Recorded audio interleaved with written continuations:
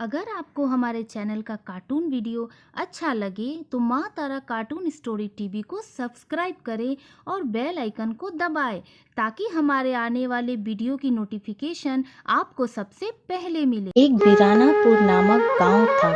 गांव की आबादी बहुत बड़ी थी। उसी गांव में गंगू राम नामक सेठ भी अपनी जवान बेटी कटरीना और अपनी पत्नी करीना के साथ रहता था। इसी गांव में गरीब जीतूलाल पत्नी यशोदा और जवान बेटे विनीत के साथ रहता था। जीतूलाल खेती बाड़ी का काम करके अपने पूरे परिवार का पेट पालता था। सेठ गंगूराम की बिटिया करीना और जीतूलाल का बेटा बिरानापुर हाई कॉलेज में एक साथ ही पढ़ते थे। एक साथ पढ़ते पढ़ते पहले दोनों में दोस्ती होती है, फिर धीरे धीरे दोस्ती प्यार में बदल जाती है और उन दोनों को मालूम भी नहीं चलता। धीरे धीरे दोनों में नजदीकियां बढ़ने लगती हैं। एक दिन की बात है, कटरीना और विनीत दोनों कॉलेज ना जाकर पार्क में बैठकर प्यार की बातें कर रहे थे। तभी गंगूराम सेठ के पास काम करने वाला बिरजू उन्हें बाहों में बाहें डालकर बैठे हुए देख लेता है और तुरंत सेठ के पास जाकर सेठ को बोलता है, मालिक मालिक, छोटी मुंह बड़ी बात, एक बहुत जरूरी बात बतानी है। आहा, बोलो बिरजू, क्या बात है? मालिक, आप गुस्सा तो नहीं होंगे ना? अरे ना बाबा ना, मैं क्यों गुस्सा करूं भला? मालिक, मैं अभी काम पर आ रहा था तो मैंने कटरीना बिटिया को गांव के गार्डन में जीतूलाल के बेटे के साथ बाहों में बाह डालकर बात करते हुए देखा। चुप कर नालायक, अगर तेरी ये बात झूठ निकला तो मैं तेरा सिर धड़ चला कर दूंगा। जी मालिक, मैं झूठ नहीं बोल रहा हूँ। मेरा बात अगर गलत निकली तो आप मेरा सिर काट देना। सेठ का गुस्से से पूरा मुंह लाल हो गया। सेठ घर में अपनी पत्नी के साथ बैठकर कटरीना का इंतजार ही कर रहे थे। तब तक कटरीना कॉलेज से आती है और सेठ बोलते हैं, कटरीना बिटिया सुन इधर। कटरीना आती है और बोलती है, जी पापा बोलिए, क्या हुआ? वो आज कॉलेज गई थी? कटरीना घबराते हुए बोलती है, जी पापा, मैं कॉलेज गई थी। बदतमीज लड़की, तू उस भिखारी जीतूलाल के लड़के के साथ गार्डन में इक्स लड़ा रही थी। कटरीना सिर नीचे कर चुपचाप सब सुन रही थी। फिर सेठ बोलते हैं, मैं तुझसे क्या पूछ रहा हूँ, ये बात सही है ना? कटरीना ना आओ देखती है न ताओ अपने पिता को सब बताने लगती है। पिताजी, मैं विनीत से बहुत प्यार करती हूँ और उसी से विवाह करूंगी। सेठ को बहुत गुस्सा आता है और सेठ सोफे से खड़े होकर बेटी कटरीना को जोरदार थप्पड़ मारते हैं। बेटी कटरीना रोते रोते वहाँ से कमरे में भाग जाती है। अगले ही दिन सेठ अपने गुंडों को बोलता है, सखा और हेमंत सिंह, तुम दोनों उस भिखारी जीतूलाल के बेटे विनीत को जान से मारकर उधर ही फेंक देना। जी मालिक, हम जाते हैं और काम को अंजाम देते हैं। आओ जाओ, जल्दी जाओ। शाखा और हैवान सिंह विनीत को मारने के लिए निकल जाते हैं। शाखा और हैवान सिंह जा ही रहे होते हैं तब उन्हें विनीत दिख जाता है। विनीत के दिखते ही शाखा विनीत को पकड़ता है और हैवान सिंह लगातार उसके पेट में चाकू मारता है। चाकू मारने के बाद विनीत वहीं मर जाता है। विनीत को वहीं फेंक कर वह लोग भाग जाते हैं। ये बात कटरीना को मालूम चलते ही कटरीना फूट फूट कर सिर पीट पीट कर रोने लगती है। कटरीना विनीत से बहुत प्यार करती थी, इसलिए कटरीना रूम में ही फांसी लगाकर मर जाती है और दूसरी तरफ उसका प्रेमी विनीत हैवान बन जाता है। विनीत गांव के हर मासूम लड़की को जो उस रास्ते से गुजरता उसे जान से मार देता। इसलिए उस गांव में हैवान का डर पूरी तरह से फैल गया। अगले ही दिन रात में हैवान सिंह और शाखा उसी रास्ते से गुजर रहे थे। तभी उन्हें किसी के रोने की आवाज आती है। वह रुकते हैं और इधर उधर देखते हैं।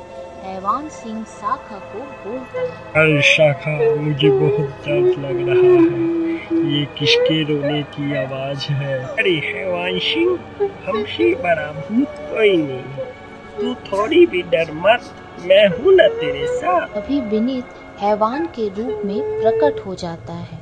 इस बार शाखा भी डर जाता है और डरते डरते बोलता है, तुम कौन हो?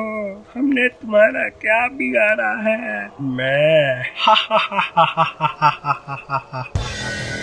मैं तेरा बाप हूँ। तू नहीं पहचाना मुझे, जिसे तुम दोनों ने चाकू मार मार कर यहीं मार कर फेंक दिया था। दोनों विनीत को हैवान की भेष में देखकर दूसरी तरफ भाग जाते हैं और हैवान दूसरी तरफ से भी उनके सामने प्रकट हो जाता है। अब उनके पास मरने के सिवा कोई और दूसरा रास्ता नहीं था। हैवान सिंह पिस्तौल निकालकर कई गोली फायर करता है, पर गोली हैवान को लगती है और उसके शरीर को छेद भी करती है, पर हैवान जैसे का तैसा। हैवान शाखा और हैवान सिंह की गर्दन तोड़कर उन्हें मार डालता है। सुबह गांव में चारों तरफ अफरा तफरी का माहौल फैला हुआ था। सब लोग डरे हुए थे। तभी गांव में सेठ ने एक बैठक बुलाई। अगले दिन बैठक हुआ। पूरा गांव हैवान की डर से बैठक में शामिल था। सेठ बोलते हैं, अरे भाइयों, इस हैवान का आक्रोश बहुत बढ़ गया है। इस हैवान से बचने का किसी के पास कोई उपाय है क्या? अभी भोला बोलता है, सरकार, मेरे पास एक आइडिया है। जल्दी बोल भोला, जल्दी बोल। सरकार, गांव के पीछे पर्वत में एक बहुत सिद्ध तांत्रिक बाबा है। वो उस हैवान से बचने का कोई ना कोई उपाय जरूर बता देंगे। सेठ तुरंत बोलता है, हाँ हाँ, अभी के अभी सभी चलो मेरे साथ। इस बार हैवान का डर सेठ की शकल पे भी दिख रहा था। सभी गांव वालों के साथ सेठ उस तांत्रिक के पास जाता है। जाने के बाद सभी गांव वाले देखते हैं कि मूसा बाबा घोर तपस्या में लीन है। लेकिन मूसा बाबा अंतर्यामी थे।